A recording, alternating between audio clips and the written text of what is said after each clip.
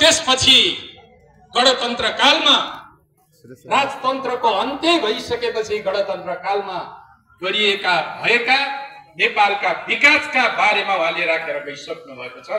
म त्यसलाई दोहोर्याउन चाहन्न। यहाँहरू सबैलाई थाहा छ, इतिहास म दोहोर्याउन चाहन्न। 240 वर्षसम्म राणाले शासन गर्यो। त्यस बेला नेपाल अन्धकार युगमै थियो। 7 सालमा हामीले राजनीतिक परिवर्तन गर्यौं। भागेर गएका राजालाई हामीले दिल्लीबाट लिएर आयौं र राजगद्दीमा राख्यौं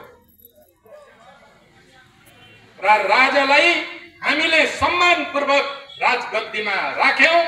जनताको निम्ति काम गर्नुपर्छ, जनताको सेवा गर्नुपर्छ, देशको सेवा गर्नुपर्छ भनेर नेपाली जनताले सम्मानका साथ राजतन्त्रलाई भागेर गएका राजालाई हामीले फेरि गद्दीमा आसीन गराएका हामी नेपाली जनता नै। त्यसबेलाका राजनीतिक दल भनेका तत्कालीन नेपाल कम्युनिस्ट पार्टी र नेपाल कांग्रेस पार्टी लगायत गोर्खा परिषद लगायतका राजनीतिक दलले नेतृत्व गरेको आन्दोलनले नै राजतन्त्रलाई राजगद्दीमा चाहिँ राखेको। तर राजाले हामीले सम्मान दियौं, हामीले अधिकार दियौं, शासन गर्ने अधिकार दियौं, तर राजाले कहिले पनि जनताको सम्मानलाई सम्मानको रूपमा ग्रहण गर्न सकेन। जनतालाई फेरि थिचोमिचो गर्ने हिसाबले, निरङ्कुशता लाग्ने हिसाबले, सबै राजनीतिक दलहरूलाई प्रतिबन्ध लगाउने हिसाबले ऊ अगाडि बढ्यो। 15 सालमा आम निर्वाचन भयो। संविधान सभाको निर्वाचन गर्नुपर्ने राजाले विभिन्न तिगडम गरेर षड्यन्त्र गरेर त्यसबेला 15 सालमा संसदीय निर्वाचन गर्यो। त्यसलाई पनि हामी नेपाली जनताले स्वीकार गर्यौं। कम्युनिस्ट पार्टी पनि भाग लियो, नेपाली कांग्रेसले भाग लियो। नेपाली कांग्रेसले सबैभन्दा धेरै सिट प्राप्त गरेर त्यसबेला सरकार बनायो। तर राजा सन्तुष्ट हुन सकेन। लोकतन्त्रप्रति राजा सन्तुष्ट हुन सकेन। जनताको शासनप्रति राजतन्त्र कहिले सन्तुष्ट हुन सकेन र 17 सालमा सैनिक कु गरेर त्यसबेलाको संसदीय सरकारलाई संसदीय सीमित अधिकार प्राप्त भएको संसदीय व्यवस्थालाई अन्त्य गर्ने काम गर्यो। इतिहास साक्षी छ। त्यसबेला सबै राजनीतिक दलका नेताहरूलाई गिरफ्तार गरी सबै सैनिक शासन लागू गरियो र पञ्चायती व्यवस्था लागू गर्ने काम भयो। 25 वर्षसम्म राजाले नेपाली जनतामाथि लागेको निरङ्कुश पञ्चायती व्यवस्थाका हामी रैती भयौं। हामी रैती भएर शासित भयौं। हामीलाई लेख्न दिएन, बोल्न दिएन, संघ संगठन गर्ने कुनै पनि अधिकार दिएन। अहिले जे अधिकार नेपाली जनताले प्राप्त गरेका छन् र त्यो प्राप्त कुनै पनि स्वतन्त्रता, कुनै पनि अधिकार त्यसबेला प्राप्त भएको थिएन। विकास भएको थिएन, केही भएको थिएन।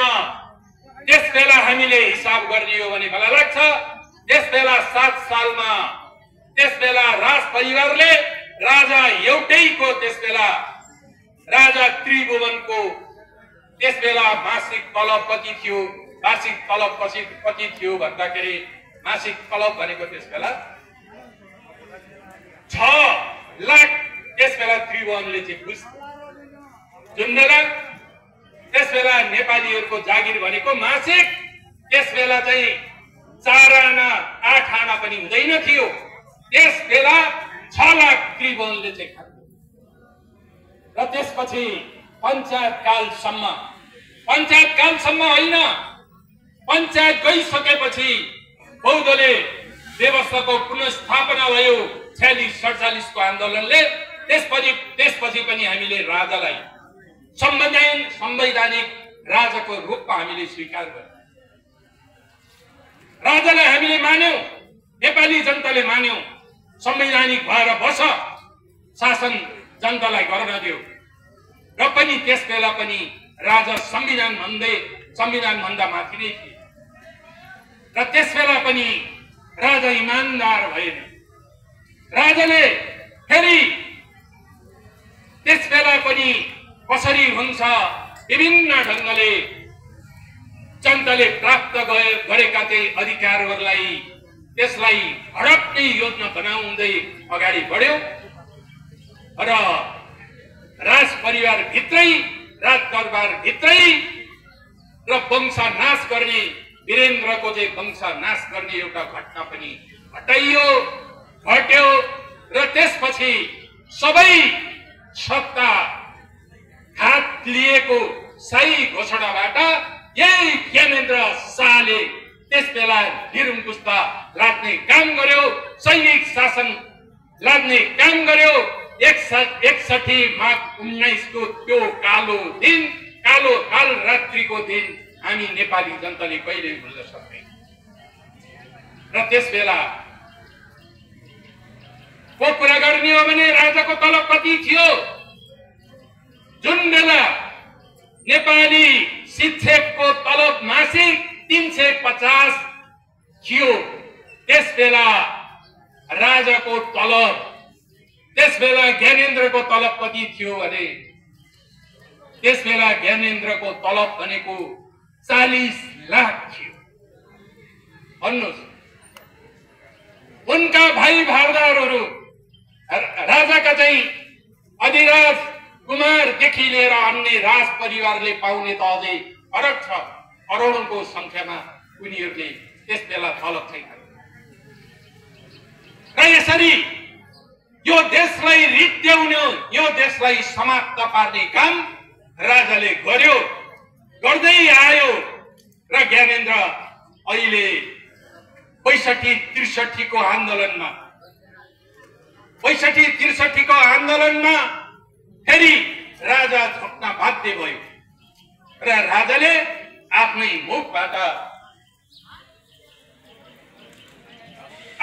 मुखबाट गणतन्त्र स्थापना भएको, गद्दी त्यागेको घोषणा गर्नु पर्यो। र नेपाली जनताले र राजालाई, राजतन्त्रलाई तै पनि माया गरे र एउटा पूर्व राष्ट्र प्रमुखको सम्मान दिएर हामीले राख्ने प्रयत्न गर्यौं। हामीले राख्यौं, शीतल निवासमा हामीले राख्यौं, हामीले छुट्टै हामीले व्यवस्था पनि गर्यौं र उनलाई सबै राष्ट्र प्रमुखले पाउने सबै सुविधाबाट हामीले वञ्चित गर्यौं। जबकि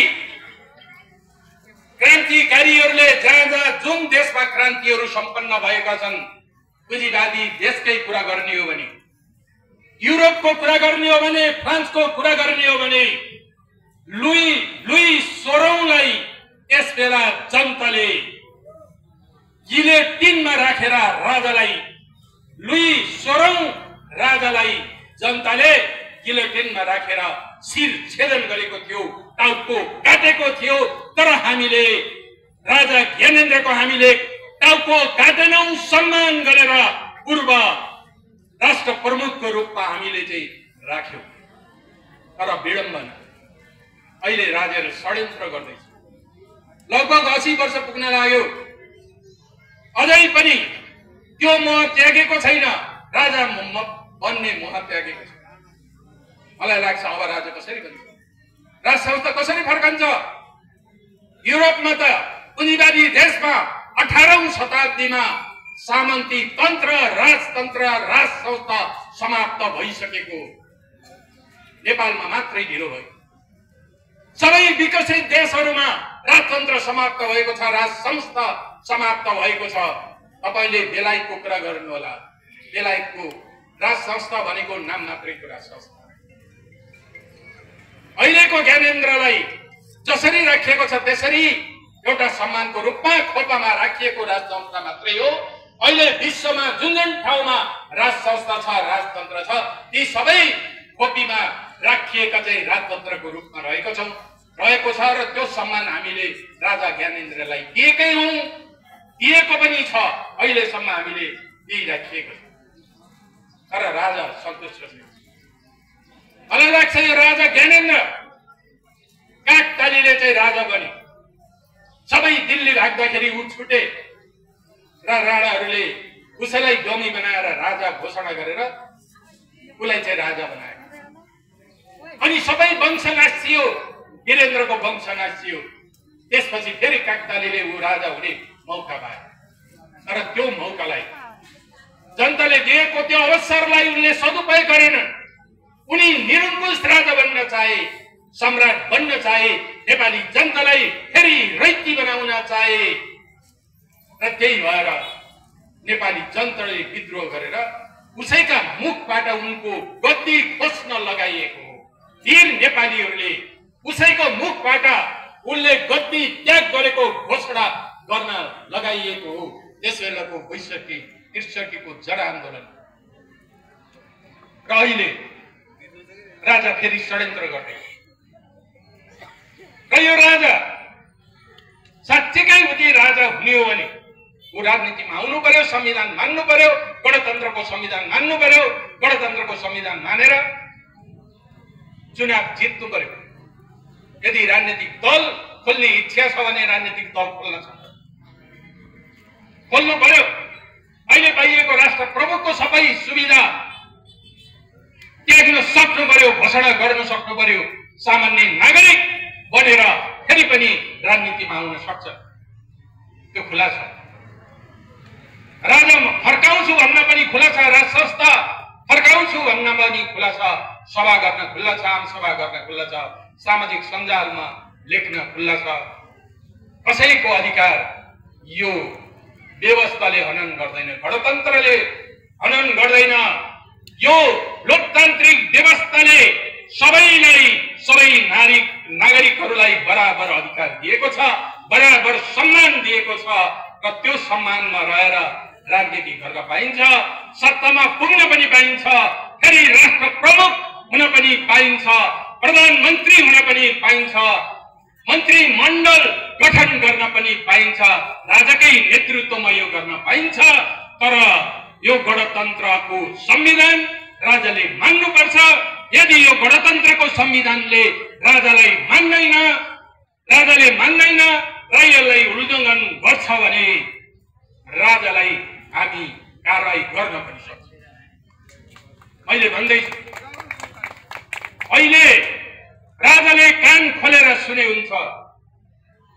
हिजो दुर्गा प्रसाई जस्तो बैंकको पैसा ठग्ने, बैंकबाट करोडौं अरबौं रुपियाँ लिने र बैंकको पैसा तिर्दिन भनेर वित्तीय अपराध गर्ने एउटा अपराधीको नेतृत्वमा राज संस्था फर्काउँछु, राजतन्त्र फर्काउँछु भनेको त त्यो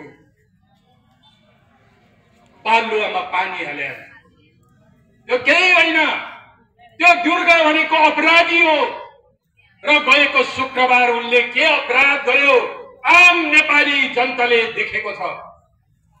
एउटा गुण्डा, हिजो पुलिसको इन्काउन्टरमा मारिएका धेरै गुण्डाहरू छन्, ती गुण्डाहरूले भन्दा पनि ठूलो अपराध त्यो दुर्गेले गरेको छ।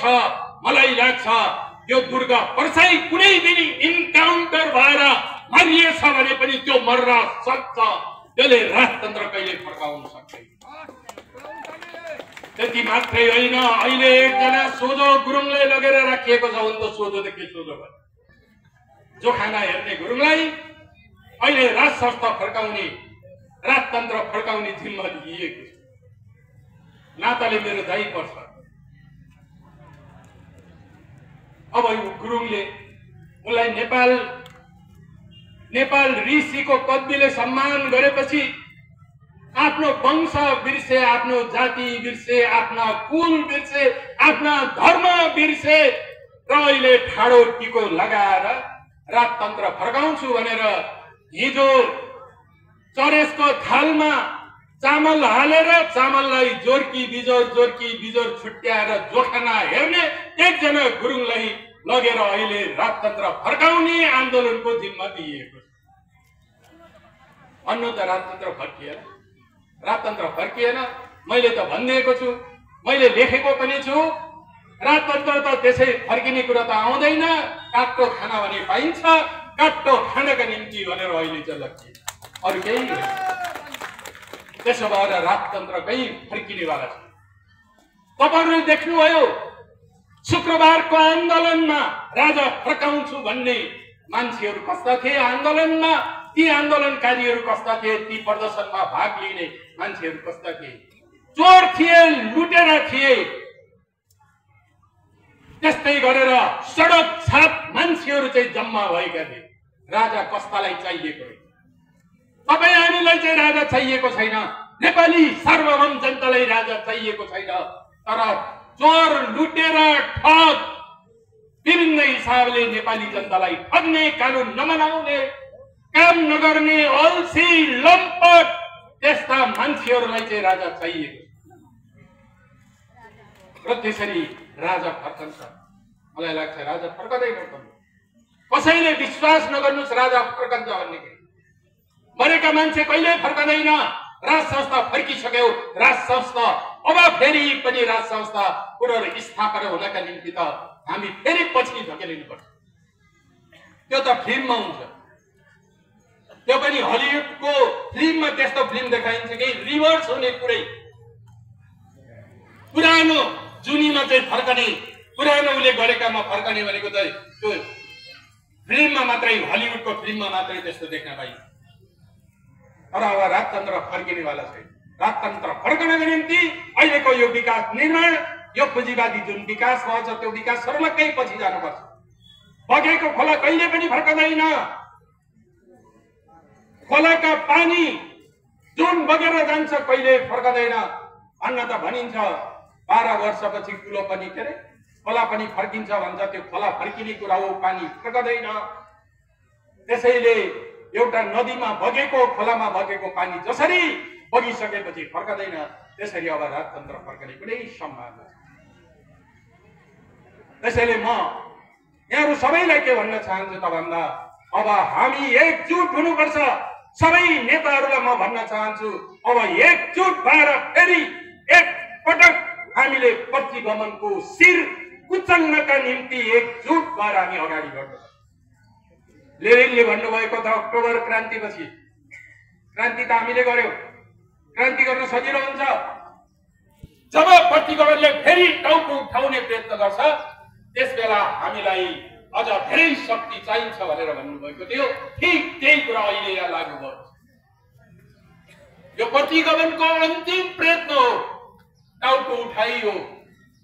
मर्ने बेलामा कमिलाको प्वाक पलाउँछ भनेर भनिन्छ नि, त्यही प्वाक पलाएको हो यो राजतन्त्रवादीहरूलाई।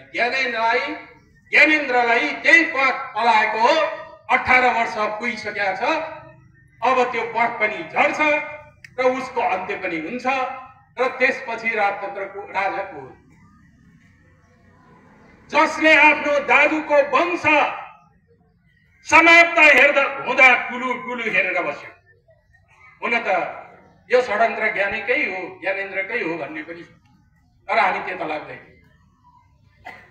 आफ्नो दाजु बचाउन नसक्ने, आफ्नो वंश बचाउन नसक्ने, आफ्ना दाजुभाइ बचाउन नसक्नेले कसरी नेपाल राष्ट्रलाई जोगाउन सक्छ, नेपाली जनतालाई संरक्षण गर्न सक्छ? ज्ञानेन्द्रले कसरी नेपाली जनतालाई संरक्षण गर्न सक्छ? उसले संरक्षण गर्न सक्दैन। आफ्नै छोरा पारसलाई ठीक बाटो हिँडाउन सकिरहेको छैन, त्यसले देशलाई कसरी ठीक बाटो अगाडि बढाउन सक्छ? ऊ एउटा व्यापार गरे हुन्छ। हिजो उनले के गरे? व्यापारको नाममा तस्करी गरे, हिरोइनको तस्करी गरे, गाँजाको तस्करी गरे, मूर्ति चोरेर विदेश लाने काम सबै ज्ञानेन्द्र र धीरेन्द्रले गरे। त्यति मात्रै होइन, नेपाली जनतालाई उनका छोरा पारसले नेपाली जनताका छोराछोरीहरूलाई हत्या गर्ने काम पनि गरे। तर त्यसबेला राजाले कहिले पनि जनताको पक्षको चाहिँ बोले भने त्यो जनताको राजा कसरी हुन्छ? त्यसैले अहिले राजा त्यसलाई चाहिएको छ जसलाई कानुन मान्दैन, जसले अपराध कर्मी गर्छ उनीहरूलाई राजा चाहिएको छ। राजा ठाडो टीका लगाएर धर्मको नाममा ठग्नेहरूलाई चाहिँ राजा चाहिएको छ। राजा इन्डियामा ठग्न नपाएपछि नेपालमा आएर अखण्ड हिन्दू राष्ट्र बनाउने भनेर धर्मका नाममा कुकर्म गर्नेहरूलाई राजा चाहिएको छ। तर नेपाली सार्वभौम नेपाली जनतालाई राजा चाहिएको छ। म अनुरोध गर्न चाहन्छु, आग्रह गर्न चाहन्छु, आह्वान गर्न चाहन्छु कि धर्मका नाममा राजा फर्काउने त्यस्ता झुट्टा अधर्मीहरूलाई अब जनताले कारबाही गर्नुपर्छ। चोर लुटेराहरूलाई अब जनताले कारबाही गर्नुपर्छ। आवश्यकता पर्दा उनीहरूलाई ठाउँको ठाउँ हामीले ठेगान लगाउनुपर्छ र ठेगान लगाउनुहोस् तपाईहरूले। यसको जिम्मा नेकपा एमालेले लिन्छ। अब कसैलाई हामीले छाड्दैनौँ, अब छाड्न हुँदैन।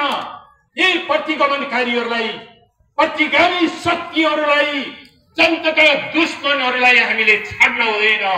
अब यसको शिर कुचल्नु पर्छ, यसको शिर छेदन गर्नुपर्छ र अब हामीले हाम्रो नेपाललाई समृद्ध नेपाल, सुखी नेपाली बनाउने हाम्रो राष्ट्रिय आकांक्षालाई अगाडि बढाउनु। त्यसैले विचलित नहुनुहोस्।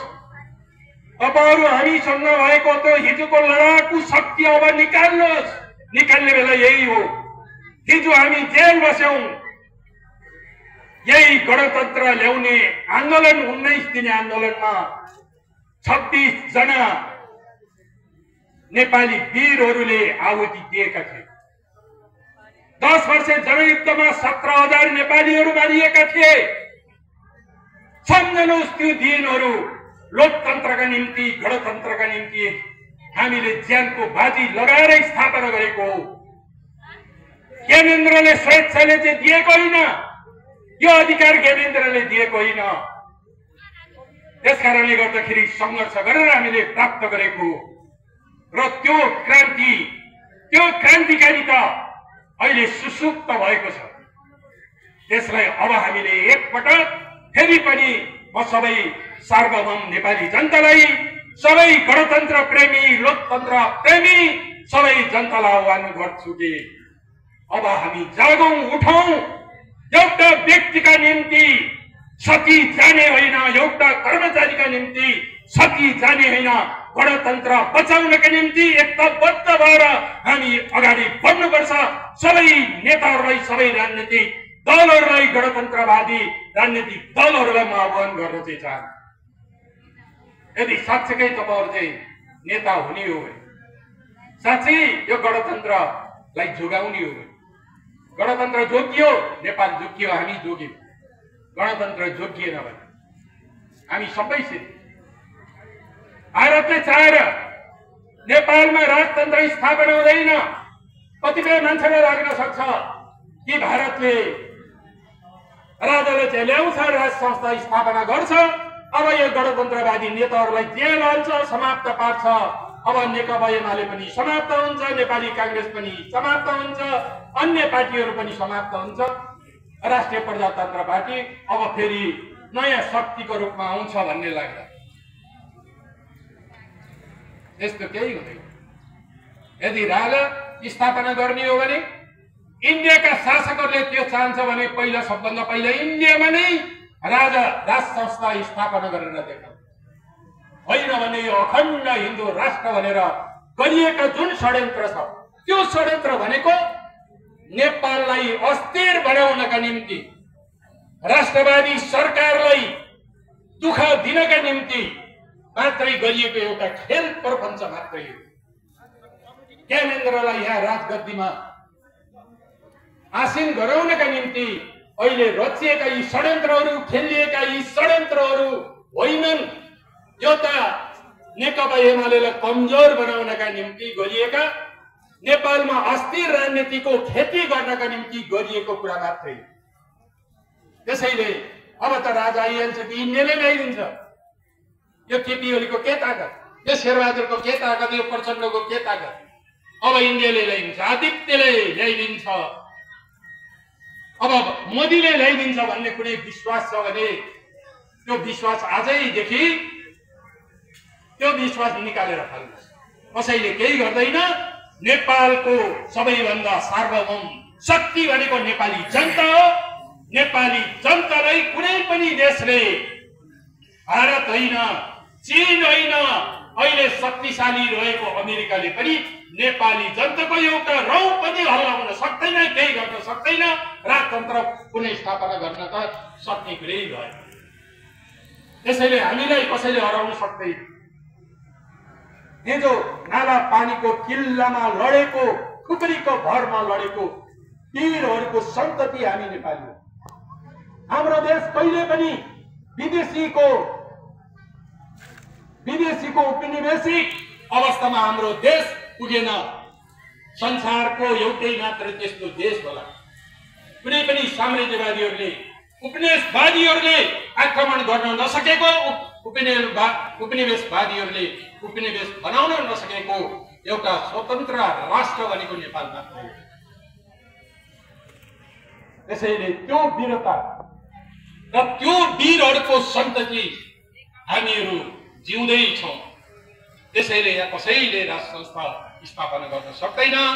म अन्तिममा सबै आदरणीय जनसमुदायहरूलाई आह्वान गर्न चाहन्छु, जे जति आज यो कार्यक्रममा सहभागी भएर हामीलाई साथ दिनुभयो, म अरू सबैलाई धन्यवाद दिन चाहन्छु। र यहाँ सहभागी हुन सक्नु भएन, तर पनि अन्तर्मनले हामीलाई धन्यवाद दिनुभएको छ, हामीलाई समर्थन जनाउनु भएको छ। ती सबै जनताहरूलाई पनि म नेकपा एमालेको तर्फबाट हार्दिक धन्यवाद ज्ञापन गर्न चाहन्छु। र म सबै गणतन्त्र प्रेमी सबै राजनीतिक पार्टीलाई, राजनीतिक नेताहरूलाई पनि अहिलेको जुन मुद्दा छ त्यो मुद्दालाई थाती राखेर, हाम्रो राजनीतिक जुन मुद्दा होला त्यो मुद्दालाई चाहिँ थाती राखेर गणतन्त्रको निम्ति, लोकतन्त्रका निम्ति एकताबद्ध भएर अगाडि बढौं र सबै नेताहरूको आँखा खुलोस्। लोकतन्त्र, यो गणतन्त्रलाई अपहरण गर्ने जुन षड्यन्त्र भइरहेको छ, लुटपाट गरेर बङ्गलादेश बनाउने जुन सपना देखेको थियो, त्यो सपना असफल भइसकेको छ। त्यसलाई असफल बनाएको पार्टी भनेको नेकपा एमालेकै पार्टी हो। नेकपा एमालेको नेतृत्वमा रहेको गठबन्धनको सरकार हो। अहिले ठानेको थियो होला राजा ज्ञानेन्द्रले, घर जलाएपछि, त्यो आगजनी गरिसकेपछि, लुटपाट गरिसकेपछि बङ्गलादेश हुन्छ भन्ने ठाने होला। त्यहाँका लुटपाट गरिसकेपछि अहिले सत्तामा रहेका मान्छेहरू जम्मै भाग्छन् भनेर चाहिँ ठाने होला। हामी भाग्नेवाला छैनौं। एक थोपा रन्जनसम्म हामी नेपालको धरतीमा रहेर नै हामी लडिरहनेछौँ। हामी मर्न परे यही धरतीमा हामी मर्नेछौँ, तर हामी भाग्ने छैनौँ, कुनै पनि हालतमा भाग्ने छैनौँ। यी प्रतिक्रियावादीहरूले चाहिँ सुन्नुपर्छ, यी देशी विदेशी शक्तिहरूले सुन्नुपर्छ कि नेपाली क्रान्तिकारीहरूले निर्माण गरिएको पार्टी र त्यसको नेतृत्व, त्यो नेतृत्वले बनेको सरकार भाग्नेवाला छैन, काखीमा हात लुकाएर भाग्नेवाला छैन। बरु मर्न परे हामी मर्छौँ, शहीद बन्छौँ, इतिहास लेख्छौँ, पढ्छौँ। हाम्रो भोलि आउने पिँढीले फेरि लड्नेछन्, कुट्नेछन् र यी प्रतिक्रियावादीलाई पराजित गरेर समृद्ध नेपाल निर्माण गरेछ। म सबैलाई फेरि पनि हार्दिक धन्यवाद दिँदै, आयोजक तनहुँ जिल्ला कमिटी नेकपा एमालेलाई पनि हार्दिक धन्यवाद दिँदै, सबै पत्रकार मित्रहरूलाई हार्दिक धन्यवाद दिँदै, अब हामी उठ्यौं, जाग्यौं। अब हामीलाई कसैले हाम्रो बाटो छेक्न सक्दैन। यी कुराहरू भन्दै म आफ्नो भनाइ समाप्त पार्छु। हस्त।